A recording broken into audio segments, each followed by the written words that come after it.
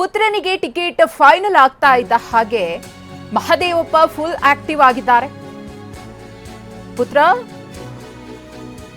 ಸುನಿಲ್ ಬೋಸ್ ಅವರಿಗೆ ticket final ಆಗಿದೆ. ಹಾಗಾಗಿ ಮಹದೇವಪ್ಪನವರು ಫುಲ್ ಆಕ್ಟಿವ್ ಆಗಿ ರೌಂಡ್ಸ್ ಹಾಕ್ತಿದ್ದಾರೆ.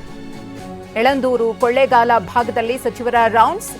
ಅಸಮಾಧಾನಿತರು ರೆಬೆಲ್ ನಾಯಕರ ಮನೆಗಳಿಗೆ ಭೇಟಿಯನ್ನ ಕೊಟ್ಟು ಅವರನ್ನ ವಿಶ್ವಾಸಕ್ಕೆ ತೆಗೆದುಕೊಳ್ಳುವಂತಹ ಕೆಲಸವನ್ನ ಪ್ರಾಥಮಿಕ ಹಂತದಲ್ಲಿ ಇಲ್ಲಿ ಎಚ್.ಸಿ. ಮಹದೇವಪ್ಪನವರು ಮಾಡ್ತಾ ಇದ್ದಾರೆ.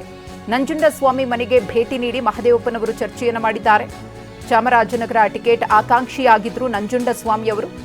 ನಂಜುಂಡಸ್ವಾಮಿಯವರಿಗೆ ಟಿಕೆಟ್ ಕೈತಪ್ಪಿ ಸುನಿಲ್ ಬೋಸ್ ಅವರಿಗೆ ಟಿಕೆಟ್ ಸಿಕ್ಕಿದೆ. ಹಾಗಾಗಿ ಟಿಕೆಟ್ ಕೈತಪ್ಪಿದ ಹಿನ್ನೆಲೆಯಲ್ಲಿ ಸಹಜವಾಗಿಯೇ ಆ ಒಂದು ನೋವು, ಬೇಸರ, ಅಸಮಾಧಾನ ಅನ್ನೋದು ಇದ್ದೇ ಇರುತ್ತೆ.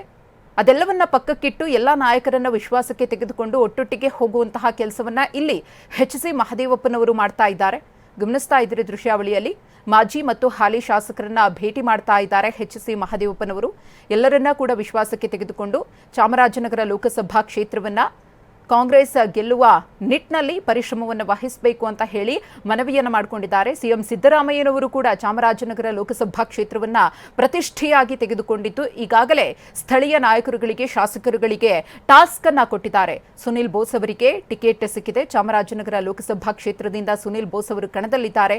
ಎಚ್.ಸಿ. ಮಹದೇವಪ್ಪನವರೇ ಸ್ಪರ್ಧೆಯನ್ನ ಮಾಡಬೇಕು ಅನ್ನೋ ಮಾತುಗಳು ಕೇಳಿ ಬರ್ತಾ ಇತ್ತು. ಅವರು ಖಡಕ್ ಆಗಿ ಹೇಳಿಬಿಟ್ರು, ನಾನು ಯಾವುದೇ ಕಾರಣಕ್ಕೂ ಕೂಡ ಈ ಚುನಾವಣೆಯಲ್ಲಿ ಸ್ಪರ್ಧೆಯನ್ನು ಮಾಡುವುದಿಲ್ಲ ಅಂತ ಹೇಳಿ.